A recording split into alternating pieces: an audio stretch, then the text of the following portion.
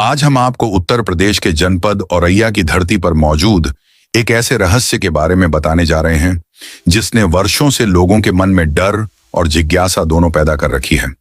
औरैया के देवकली मंदिर के पास एक ऐसी गुफा है जो अपने भीतर अनगिनत राज समेटे हुए है, लेकिन आज तक कोई भी उस गुफा के अंदर पूरी तरह जाने की हिम्मत नहीं जुटा पाया।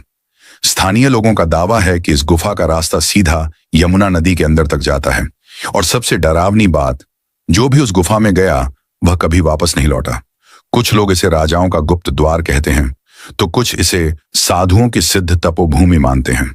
औरैया शहर से करीब 5 किलोमीटर दूर घने जंगलों और ऊंची चट्टानों के बीच छिपी यह गुफा आज भी एक पहेली बनी हुई है। बुजुर्गों ने बताया, पुराने समय में यहाँ साधु तपस्या करने आते थे। कई साधु इस गुफा में गए, लेकिन फिर कभी लौटकर नहीं आए।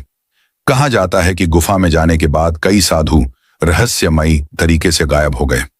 वे उस अंधेरे रास्ते में आगे बढ़ते गए, लेकिन फिर कभी बाहर नहीं आए।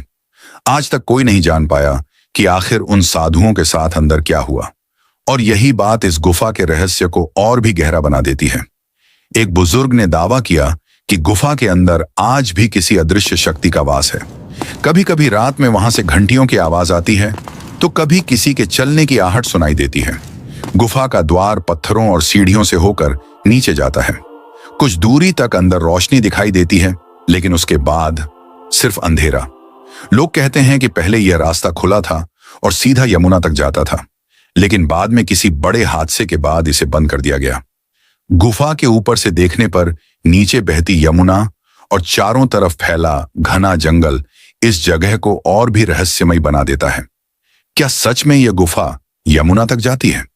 क्या यहां कोई गुप्त सुरंग थी, या फिर यह सब सिर्फ डर और अफवाहों का जाल है?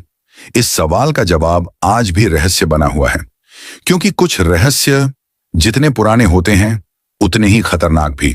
क्या आपको यह कहानी पहले से पता थी? और आपके हिसाब से इस कहानी में कितनी सच्चाई है? कमेंट में जरूर बताएं।